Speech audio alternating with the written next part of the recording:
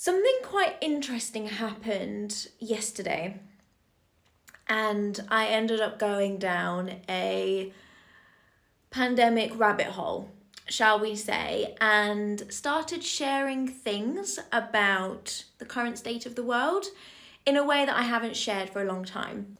I want to talk to you guys about the energetics of divisiveness. So, as I was saying, something quite interesting happened yesterday, and I found myself down a COVID rabbit hole, a pandemic rabbit hole, a vaccine rabbit hole. And I know so many of you can relate when you just find yourself unfolding and discovering things and just peeling back layers of things that honestly blow my mind sometimes. And for the first time in a long time, you may have seen on my Instagram stories, I just shared a couple of things about COVID, about vaccines, about the general state of the world. And it sparked some really interesting conversations.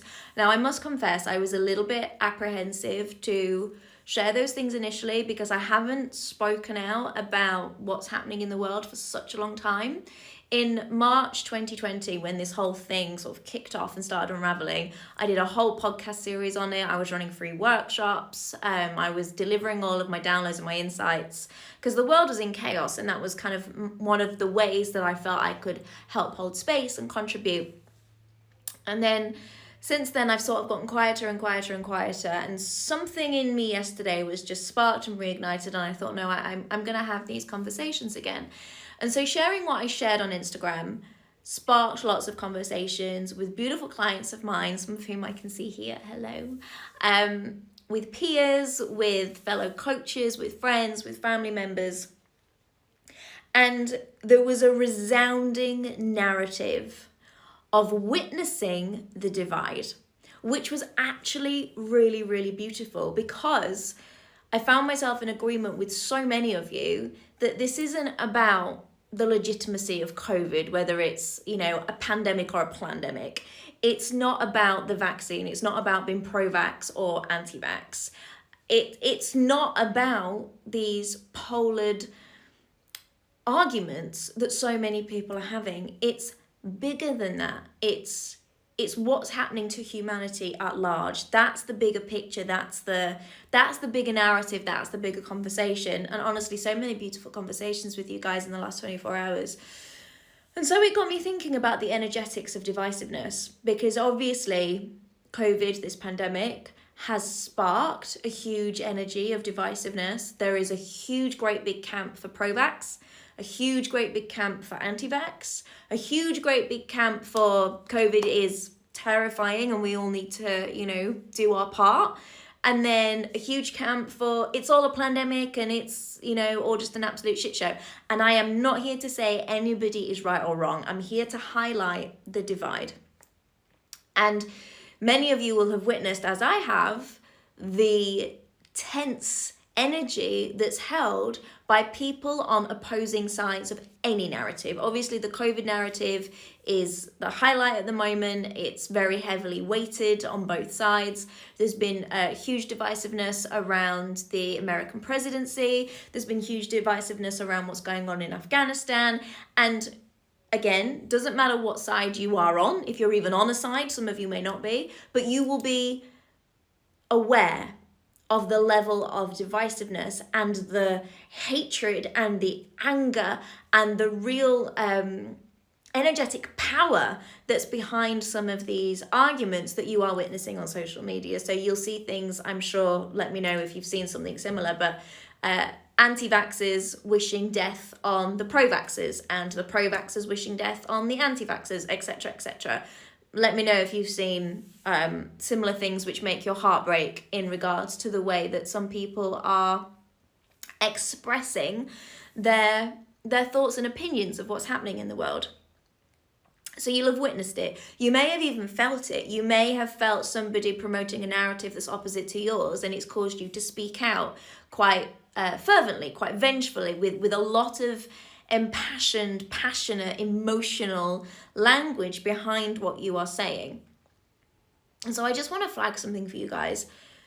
When you find yourself on one side of the narrative or the other, when you find yourself in opposition to any narrative and you feel as if you are a divided demographic in any way, shape, or form, you are making yourself energetically available for the energy of divisiveness. And that does something really crucial to your personal energy, which a lot of people aren't aware of. And this is kind of what I really wanted to share with you guys. So, as a priestess, as a numerologist, as a quantum energy worker, as an energy healer, I work with what I call the 10 energy bodies. It's just one of the ways in which I teach and explain how your quantum energy works, how your manifesting works, how you operate in the world. I know some people use human design, some people use astrology, some people use numerology. My niche, my thing, one of my signature teachings is the 10 energy bodies. And so one of the foundational lessons that I share in energy body work is that when we move from energy body 1 to energy body 2, and you don't need to know the background of this, and I'm certainly not going to go into hours and hours long riffing on what energy body 1 and energy body 2 is, but basically what happens when we move from energy body 1 to energy body 2 is that we feel a separation from our soul self. And this is part of our human journey. This is part of self-development, self-discovery. It happens very, very early on. So it happens in our formative years when we are children. So when we're really, really little, in sort of the first 7 years of life, we know who we are because we are just that innocent soul self, right? That's it. I mean, children's innocence is just so beautiful to watch. They don't understand division. They don't understand polar narratives. They don't understand hate. They don't understand segregation. They don't understand judgment, nothing. Like up to the age of 7, we're completely unaware of that because we're fully connected to the innocence and the purity of the oneness of all humanity, right? And as we move out of those early stages into the more formative stages of developing an identity, we move from energy body 1 to energy body 2. Again, you don't need to understand all of it for the purposes of this life. But as we make that shift from energy body 1 to energy body 2, what we experience is a divide. And it's essentially a separation from our own soul. It's a separation from who we truly are at a cellular soul core level. Everybody goes through it, but then part of the journey of life is reconnecting to your soul, reconnecting to your own truth, to your own essence, embodying that and sharing that with the world. We all go on exactly the same beautiful soul journey, energetically speaking, as we navigate this thing we call life, right? So we experience this energetic frequency of divide quite early on in life. And from that point, on a soul level, we are seeking the reuniting of ourselves with our truest essence, with our truest soul self, with that feeling of the oneness of humanity. All of us seek that on some level, and we literally, from our sort of, it obviously varies for every individual, but somewhere between the ages of 7 and 14, we start to sense this separation on a soul level. And then from that point, we spend our then teenage years and adult years seeking that reconnection to soul, really finding ourselves, right? I know it's the cliche, but it's true. This is what's happening on a soul cellular level, energetic level.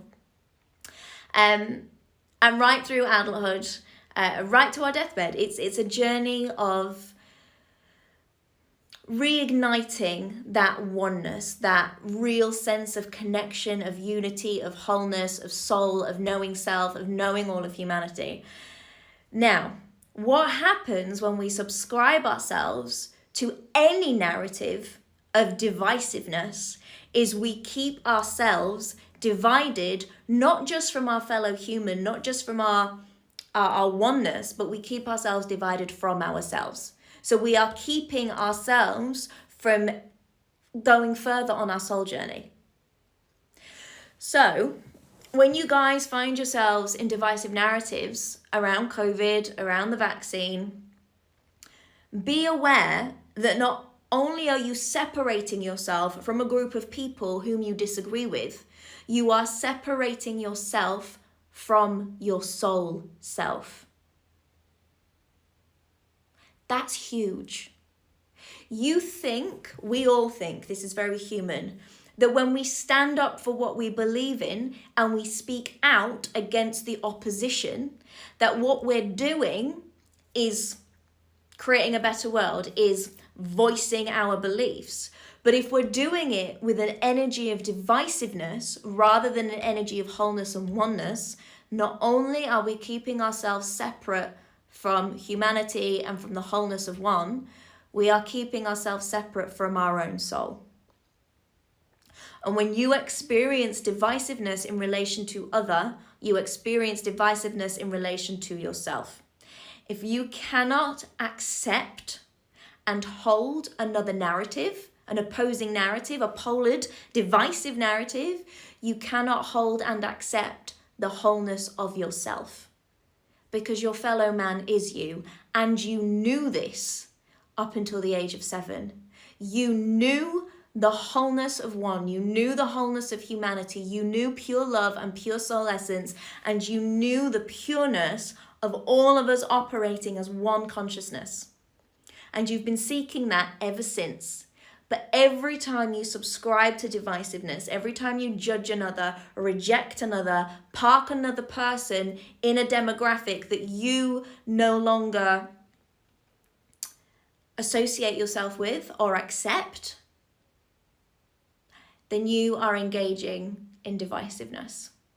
And by engaging in divisiveness externally, you're bringing that home internally, and that has a detrimental effect on your energy. So, how do we navigate this? The thing that allows us to bring wholeness to ourselves, oneness to ourselves, coming home and reignition of that knowing of soul, is being able to hold the polarity of duality in yourself. Being able to hold the polarity of duality within yourself. What that means in real terms is you can have your morals, your values, your opinions, and your beliefs, and they may not be the same as the morals, values, opinions, and beliefs of another. And you can recognize that there are differences, but you can accept and honor and acknowledge and even love the differences instead of dividing yourself from the differences and making yourself separate to the other. So when you can hold the polarity of duality, both your beliefs, your morals, your values, your opinions, and you can witness, love, accept, acknowledge the morals, values, opinions, and beliefs of others, then you're holding conflicting narratives. And when you can hold conflicting narratives within yourself, not only are you holding the wholeness of yourself, you're holding the wholeness of humanity. That's healing. That's healing for you. That's healing for your family, your friends, people on the internet. That's healing for all of humanity. What do we need in this time of massive, massive divide? We need healing for all of humanity. And it's not about going out there and making, you can do this, obviously, I will always applaud you for this, but it's not about going out there and making great big huge moves. It's not about being a Mother Teresa or a presidential leader, but maybe I shouldn't use that example. It's not about doing anything huge, great, big, extravagant, dramatic. It's not necessarily about being in a position of power or even a position of influence. The biggest healing that you can do, the biggest contribution that you can make right now is being able to hold oneness as a vibration within you. Yes, speak your truth. Yes, speak your opinions. Yes, speak your morals and your values, but do it in full acceptance and love for the polar narrative, for the opposite narrative, for the duality. So I can say, I've chosen not to have the vaccine for right now, but I'm not against the vaccine. I'm not against anybody else who's chosen to have the vaccine. I'm not disregarding or dismantling the choices and beliefs of others that have had the vaccine. It's full acceptance of both narratives and then fully honouring the sovereignty of my choices, fully honouring the sovereignty of somebody else's choices, even though our choices are fully different. I can hold both narratives at the same time. I can hold love for both choices at the same time. That's healing. And I think what's really interesting is when people get really upset by somebody else's choice, that's a really telling indicator of their incapacity to hold the dual narrative, to hold the oneness for humanity. Because if you're upset by somebody else's choice, it means you're not fully accepting of your own choice. Being upset by their choice means that you are not fully accepting of your own choice. Let that sink in. We're only upset by other people's choices when we don't fully love the choices that we've made for ourselves and don't fully accept the choices that we've made for ourselves. That's kind of huge. So let's move this topic from the COVID, the vaccines, the pandemic, and let's move it into things that perhaps are a little closer to home. Relationships. How many of you have found yourselves in a divisive place in relationships? You have one argument, you have maybe a couple of arguments, you find yourselves butting heads over particular topics, and the relationship breaks down. You're holding the energy of polarity and divisiveness in your intimate relationships, and that doesn't allow you to hold the energy of the unity of your relationship with your other half. And I see a lot of relationships breaking down in this way because the energy of divisiveness comes into the sacred container of oneness between the two of you, and that breaks the whole thing down. And so when you find yourself in an argument or an upset or a conflict with a partner, be it a romantic partner, a professional partner, a platonic partner, remember this teaching of the energy of divisiveness and ask yourself, are you holding space for yourself and the other person and your whole relationship, the oneness of you guys? And are you also holding space for the bigger picture? The bigger picture is a huge part of our capacity to be able to hold oneness and wholeness within ourselves, and for others, and for the collectives. Because in the heat of the moment, in the thick of the thing, whether it's a global pandemic or an intimate relationship between two people, when we're in the heat of the moment, in the thick of the thing, we can only see what's right in front of us. We can only feel the emotional charge of the current moment, of the conversation that we're in, of the emotions that are surging through our body. And we struggle to zoom out and see the bigger picture. But when you see the bigger picture, say it's your relationship, for example, perhaps your bigger picture is spending your whole life with that person. So is it really worth allowing the divisiveness to come into that one moment to destruct and dismantle your day, your week, your month, potentially even your entire relationship, and sacrifice a lifetime with that person? Is it really worth it? It usually isn't. So we need to give ourselves grace and space to zone out, to zoom out in those heated moments and see the bigger picture. Is it really worth allowing the divisiveness to break down our relationship in this moment when our bigger picture, goal and intention, desire is to spend our entire lives together? Right? That makes sense when you're inside a relationship between two people. Now go back to the previous conversation of the global narratives. Is it really worth it in the heat of the moment to bring divisiveness into a conversation with people on the internet when the bigger goal for you, for them, for all of us, is for the world to find peace and harmony? Is for us to leave the world a better place when we leave than how we found it when we came in? Is it really worth it to get so upset and so charged and so divisive in those moments, in these conversations, when these conversations won't be happening, hopefully, in a year's time, in 2 years' time, in 5 years' time, in 10 years' time? We'll be having completely different conversations then.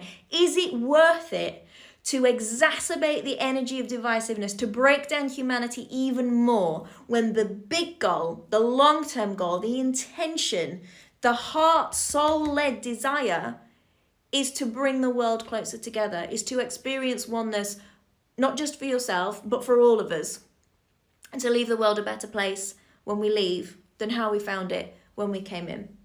So these are questions perhaps for you guys to ask yourselves. I just wanted to give you that little bit of insight, that little bit of wisdom, so that you can understand what's happening to you energetically as you engage in divisive conversations, divisive narratives, both on a micro scale in your intimate relationships and on a macro scale when we're talking about humanity, and how ultimately not only does it prevent you from journeying your soul path with the soulful intention of experiencing oneness and wholeness, but it also prevents the other person, and it prevents all of humanity from experiencing that too. So, food for thought. I appreciate in the heat of the moment when things are emotional, because it is a very emotional time that we are living in right now. It can be really difficult to remember these lessons, these teachings, these insights about divisiveness, and to allow yourself to zoom out and see the bigger picture. But I can promise you that what we are experiencing now as humanity won't last forever, that there are more positive things on the horizon, that we will get through this and we will work through this together as a humanitarian collective. And I ask you, please, knowing that, my gorgeous conscious community, I've been speaking to so many of you in the last 24 hours, you are the conscious people, you are the leaders, you are the ones more capable of holding the frequency of oneness and wholeness, and being able to hold conflicting narratives and be able to hold the polarity of duality without judgment, without fear, without it impacting you and exacerbating the divisiveness. Please, to you, I speak to you, please continue to show love, to show compassion, to hold space for the duality, to hold space for the polarity, to embody and model what the absence of divisiveness and judgment looks like, so that others can see it, witness it, and hopefully join us. Because I think the fight that we're really fighting right now is the potential destruction of humanity. And I know you all came here to see the world a better place. I know you all came here to find wholeness and oneness and reconnect to your soul self, not just for you, but for those that you love and for the larger collective. So do that, be that, embody that, commit to that. And before I forget, the week of Monday the 20th of September, I'm running a 5-day free event called The Shift, where I'll be speaking more to these kind of topics and a hell of a lot more. It's a really in-depth, intimate experience with me. So if you haven't signed up already, please make sure you do. It's completely free. Click the link in my bio. I believe there's 2,400 of us in the Facebook group, because that's where it's happening. So I'd love to see that grow a little bit more, see more of you in there. Men and women welcome, everybody's welcome.